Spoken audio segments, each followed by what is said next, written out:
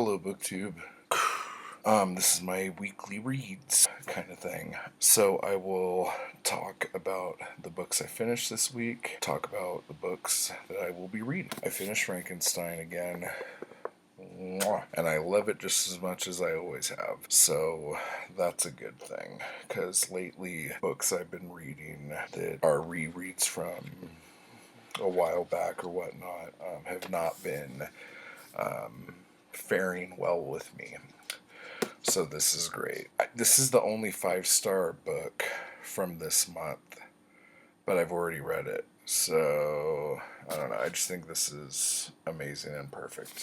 And somebody, actually, there was a couple people talking about it on my last video that this January 1st marks the 200th anniversary of the publication of this. So I am gonna maybe do a buddy read with some of them.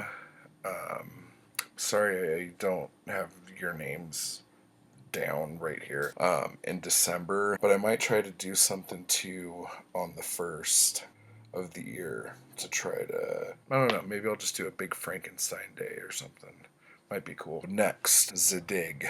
This I read because I'm trying to put a bunch of stuff together for a video on the history of mystery.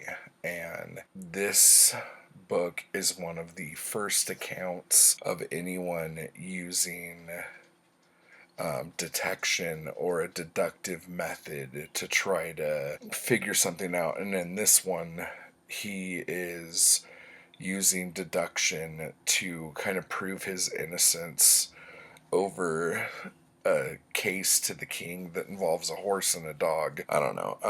The story itself, I don't know if it's supposed to be funny, but there were times when I was just like cracking up. And the best bit, I think it's the second chapter, but it's called The Nose.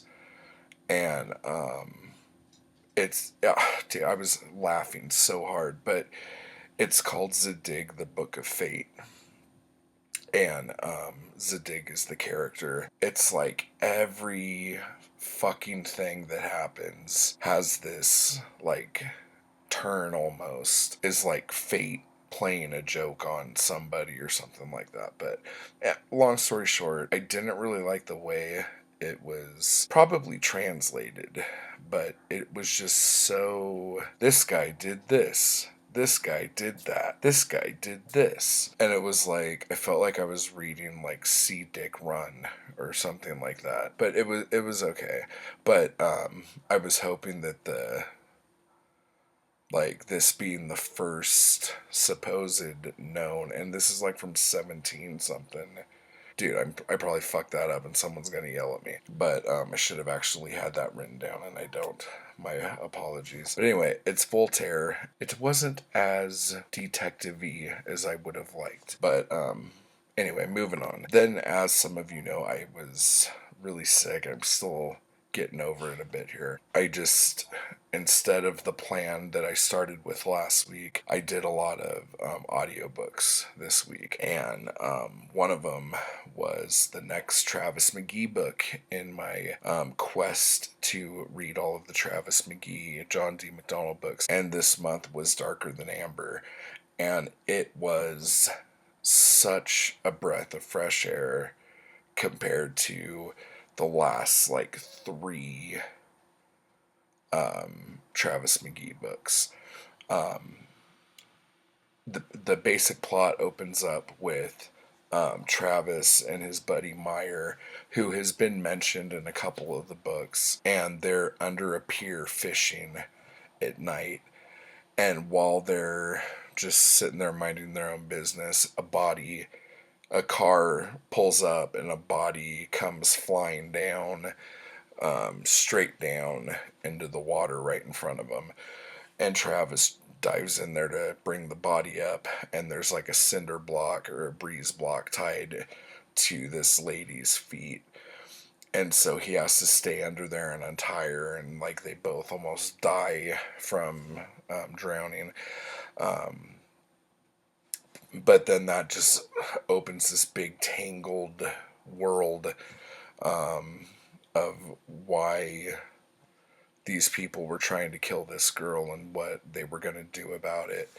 And it was great because Meyer, he becomes more a part of the case, and Meyer's like this economist who has another houseboat near Travis, and he has like wild parties and always has chicks on him, and he's this big hairy tan bourbon drinking philosopher kind of guy. And I really like the play between Meyer and Travis. So, and I'm pretty sure that he's more of a constant figure in the books as they go on.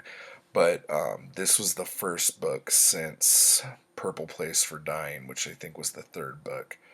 Yeah, that I've really, really liked. So, Darker Than Amber, check it out. And then because I'm looking to do all of these like history of mystery stuff, I wanted to kind of go back and start checking out some Sherlock Holmes stuff. So I started with the first Study in Scarlet, and I have seen or read this story so many times that when I'm listening to the audiobook version of it, the whole first half of the book, I'm like, I couldn't tell if I've read it or not. And then all of a sudden, halfway through the book, there's a chapter called Something About Utah. And then the whole rest of the book is the backstory of the killer and why the killer did what he did. And, like, I like Holmes and Watson, and I don't give two shits about like who else is in the book normally. Study in Scarlet for me, the first half of the book was amazing. Second half, so you have to decide what you want to do. Like, if you are reading it, once you hit that Utah chapter, if you want, just go all the way to the last chapter and you're good to go. Sign of the Four was the next one I listened to. And again, this was like very familiar, and I'm like, fuck, I know I've read this one too, but I think I DNF'd it a long time ago because it was great. And it's one of my favorite things about Sherlock Holmes is how perfectly fine he is with his drug addiction. And the book starts off with him totally fucked out of his mind on like, and Watson's like, was that heroin or cocaine? And he's like, oh, it was cocaine. Da-da-da-da-da. And then I don't want to give it away what happens at the end, but then at the end when he's all like upset again, he's like, I'll be fine, I still have a vial of cocaine at home. And it just cracks me up. This book was great all the way through until the last chapter, and the last chapter is the longest chapter of the fucking book. And guess what it is? It is this guy explaining why he did what he did. And again, I don't care. That was fucking really annoying to me.